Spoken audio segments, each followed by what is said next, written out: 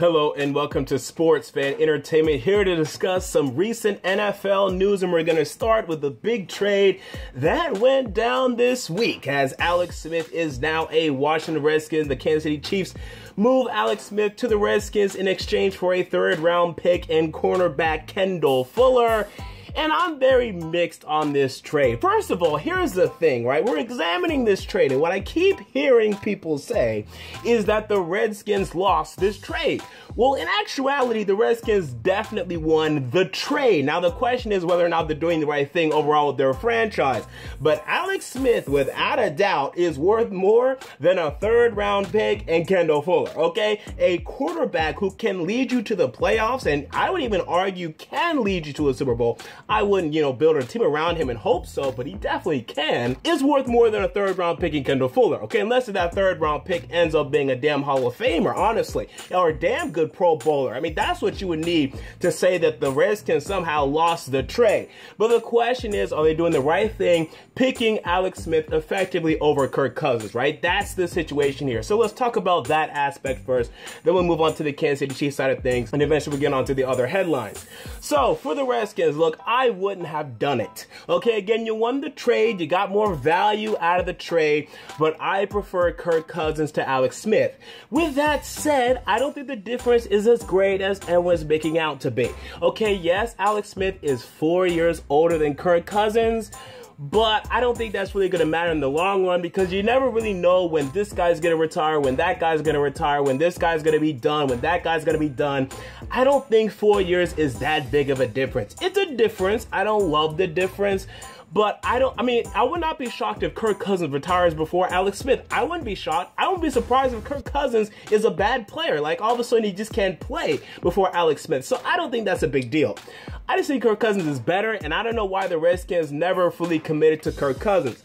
I think internally, in the locker room or whatever, they just not like Kirk Cousins as a leader for their football team, and I can't attest, pro or against that. I can't tell you whether or not that's true. From what I've seen, I think he's all right. Okay, I think his players have, talked well about him in the interviews and the press conferences. He seems to be, pretty well-rounded and pretty, together, except for his, you like that incident back in whatever year that was. He's been pretty calm and a pretty good leader for the Washington Redskins. So I would have committed to Kirk. I think more years than not, Kirk will be better than Alex Smith.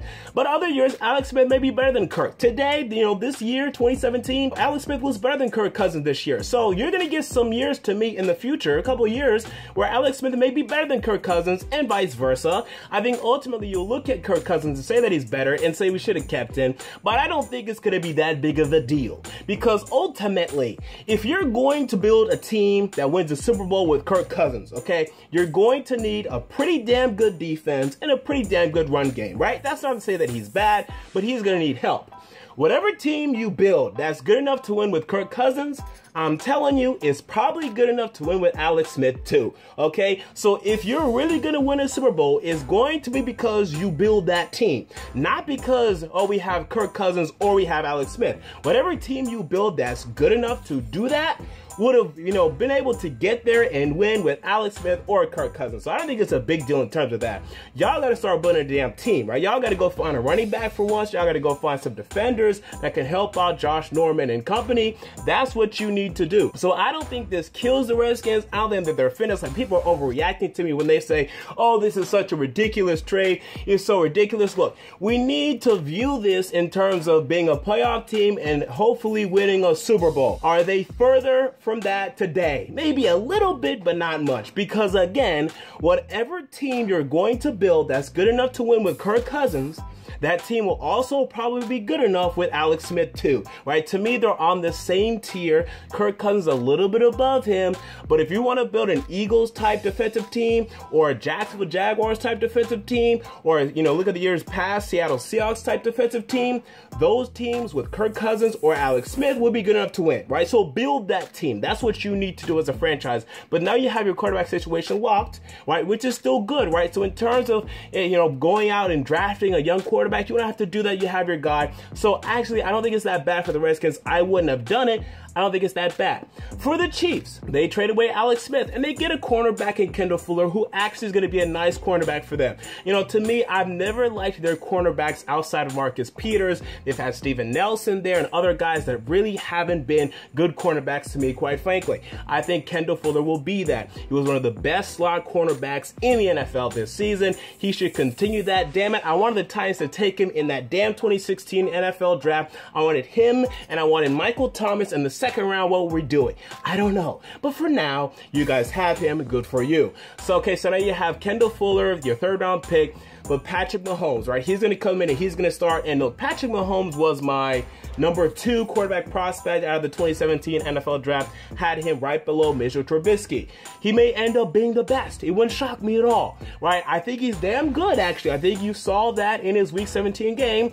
But also be careful because although I think he's good, although I think he'll be better than Alex Smith, don't think, okay, just because he's better than Alex Smith, we're good enough, right? And now we're going to go to the Super Bowl and win. No, I think the Chiefs still have deficiencies offensively. I think they need more wide receivers. I think their offensive line needs upgrading. I think their defense, some of their pieces are getting older that they need to replace. So there's still work to be done, but I like your future prospects and the Chiefs to continue to compete for years for a playoff spot and hopefully eventually for you, a Super Bowl, right? So I like this move for the Chiefs overall. We move on to the Tennessee Titans as they hire their new coaching staff. They hire offensive coordinator Matt LaFleur and defensive coordinator Dean Pease coming over from the Baltimore Ravens, and Matt LaFleur coming over from the LA Rams. They were both coordinator positions for their respective teams before.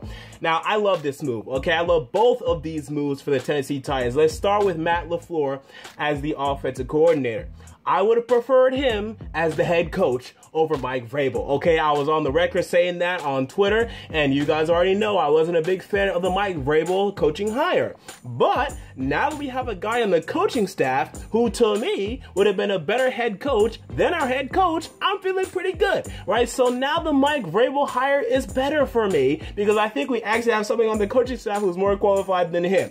Matt LaFleur, man, this guy was the quarterback coach for Matt Ryan during his MVP season. He was the offensive coordinator for the Rams during their explosive 2017 season. He was a quarterback coach for RG3 in his rookie season, and he was a quarterback coach for Kirk Cousins, who you remember in that rookie season for RG3 would come in and also play well. And you have to dedicate, or you have to give credit to Matt LaFleur, okay, for having a lot of development in Kirk Cousins' early career. I think the next Sean McVay and Matt LaFleur we have right now is our offensive coordinator. So I love this hire. I think he's going to come in and change things offensively. I think we're going to spread things out. Our passing game is going to be better. Our running game is going to be better. This guy's creative, man. I've heard this guy. I've seen his mic'd up. I've seen his press conferences. The way he talks about the game. He has a great understanding of the game. And he's been around these offensive geniuses now. Sean McVay, Kyle Shanahan, Mike Shanahan even. You know, Mike Shanahan, I know he has his problems, but the guy knows football. So Matt LaFleur, love him. Dean Pease, defensive coordinator for the Baltimore Ravens. Great hire. I mean, this guy's been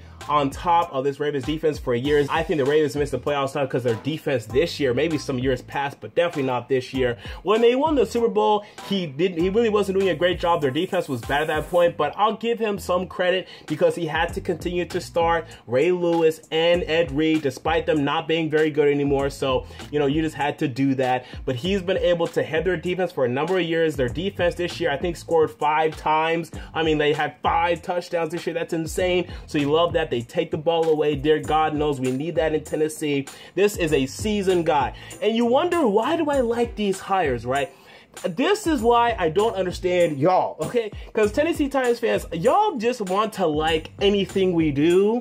Well, I'll tell you what I like, okay? I told you what I liked or what I wanted to see from Mike Vrabel, okay? I wanted to see a more expansive resume. I wanted to see a guy that came from places and did well in the places he was at. He wasn't that guy. These guys are. That's why I like these hires, and I did like the Mike Vrabel hire. Vrabel was a guy that came from a place, and he didn't do well in that place. So the good news is, okay, despite me not loving the Mike Vrabel hire, I think he hired guys that are good, right? My biggest concern with Mike Vrabel was that he was going to come in and not fix either side of the football. But when you hire Dean Pease, it's because he's going to dominate that side of the football. When you hire Matt LaFleur, it's because he's going to dominate that side of the football. So now Mike Vrabel won't have as as much power in terms of changing the offense, changing the defense, and he'll be that CEO type.